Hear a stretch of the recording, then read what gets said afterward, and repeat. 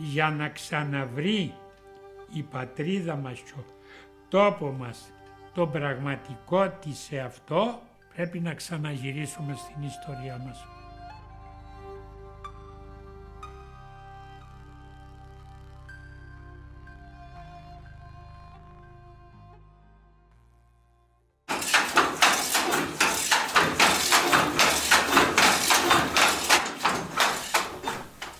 Πώς προέκυψε ο αργαλιός?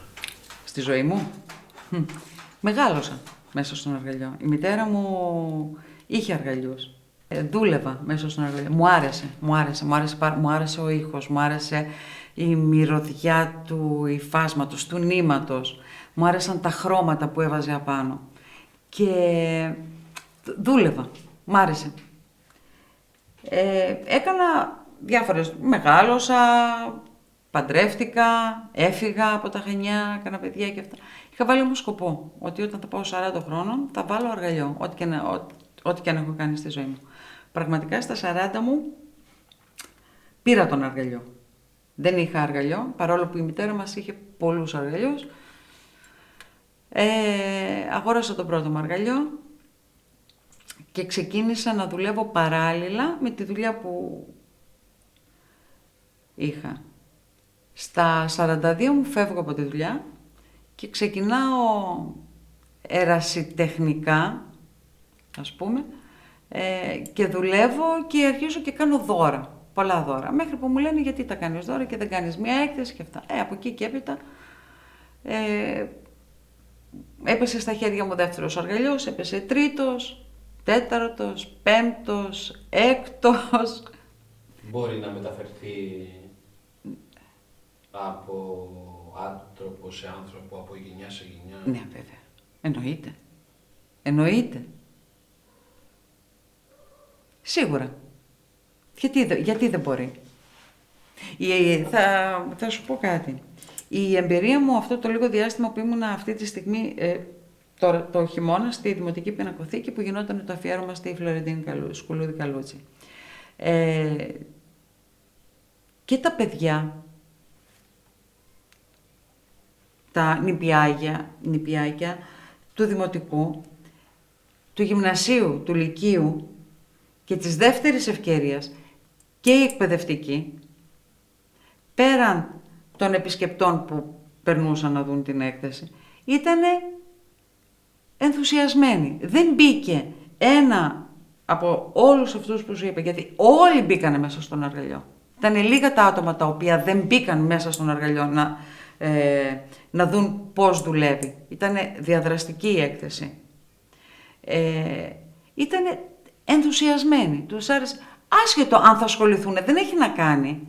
Όμως, από όλους αυτούς 3-4 άτομα να βάλουν αργαλιό, νομίζω ότι είναι μια επιτυχία αυτό στην πόλη μας, για την παράδοση. Δεν χάνεται, δεν υπάρχει περίπτωση να χαθεί. Αυτός ο αργαλιός μου τον έκανε δώρο ενώντας ο Παπαδάκης από τον Κεφαλά. Ήτανε ο κορμός. Τα υπόλοιπα τα έφτιαξα στον Καρλίο στο Ηράκλειο.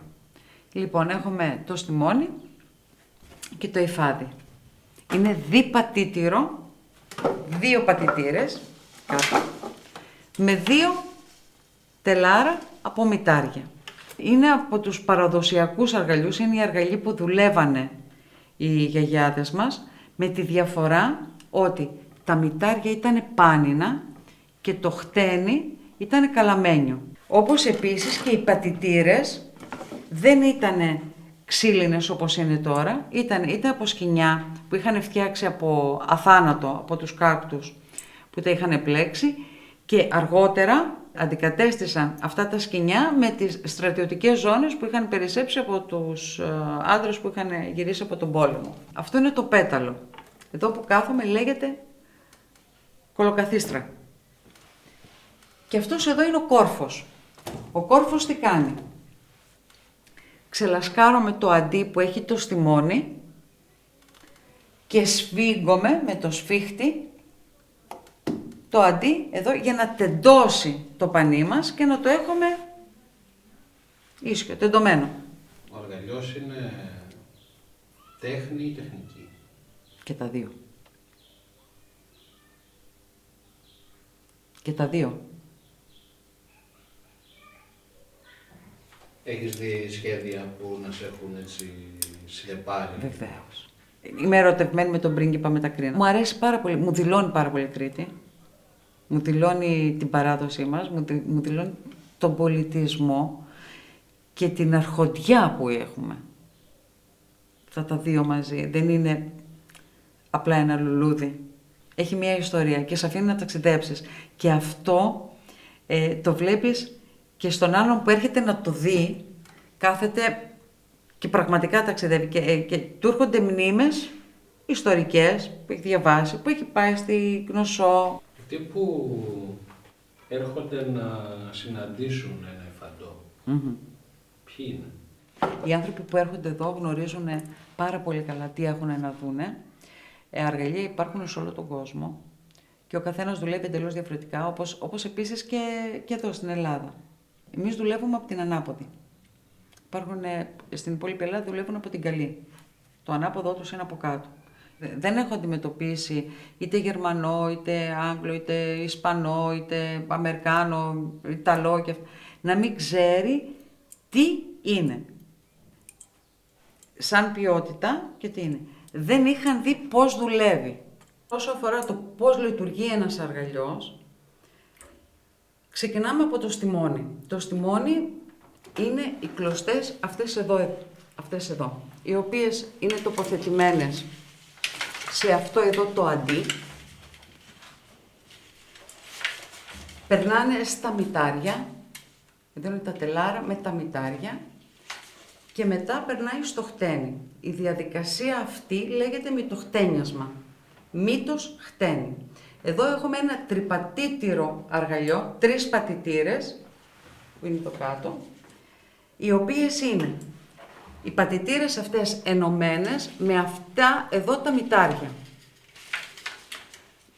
Το να περαστεί το στιμόνι μέσα στο μυτάρι, στο συγκεκριμένο αργαλιό, μετράμε πρώτο, τέταρτο, δεύτερο, τρίτο. Που σημαίνει τι? Το πάρουμε από εδώ από την άκρη. Πρώτος. Έχουμε αυτό εδώ το μυτάρι. Πρώτος. Περάσαμε, στην ούγια πάντα βάζουμε διπλή κλωστή. Πιο μέσα χρησιμοποιούμε από μία. Τέταρτος.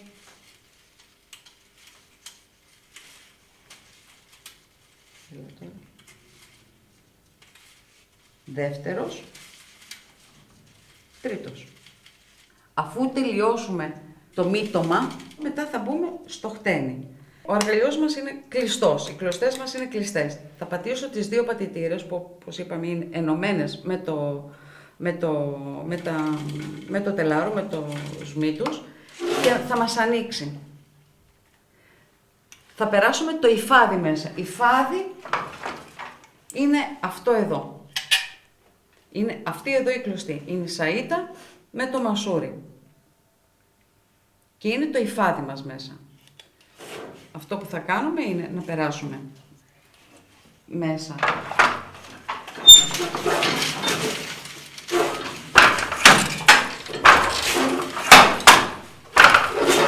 Λοιπόν, θα περάσουμε πρώτα τη μία και τη βλέπουμε είναι στον αέρα, η κλωστή.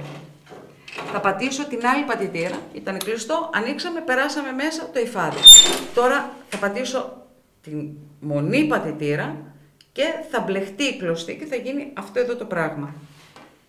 Η κλωστή μας δεν φεύγει, το υφάδι μας δεν φεύγει και θα το πάμε στην απέναντι μεριά. Κάποιος που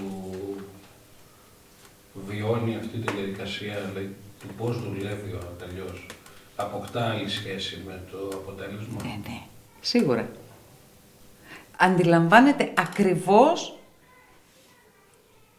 τι είναι ο αργαλιός, πώς φτιάχνεται αυτό που φοράει επάνω του. Γιατί ό,τι φοράμε είναι φαντά, ό,τι φοράμε. Απλά είναι της μηχανής, εντάξει.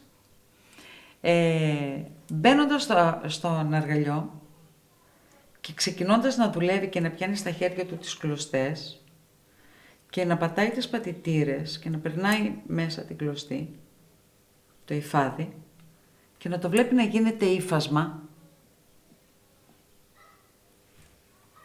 Είχε εντελώς διαφορετική άποψη, βέβαια. Βέβαια. Και είναι... Το αγαπάει. Τουλάχιστον εγώ αυτό έχω δει, έτσι. Αυτό έχω δει. Τι θα κρατούσες, έτσι, ως γενική αίσθηση από όλη αυτή την εμπλοκή σου με τον Αργαλιό? Τι θα κρατούσα. Δύσκολο να απαντήσω. Τι θα κρατούσα. Σίγουρα δεν θα κρατούσα τα αρνητικά σχόλια που είχα ακούσει στις αρχές. Γιατί ασχολείσαι. Μόνο χαμόγελα. Τα χαμόγελα του κόσμου. Αυτό θα κρατούσα. Δεν έχεις δικαίωμα να τα ξεχνάς, αφού αξιώθηκες και τα θυμάσαι.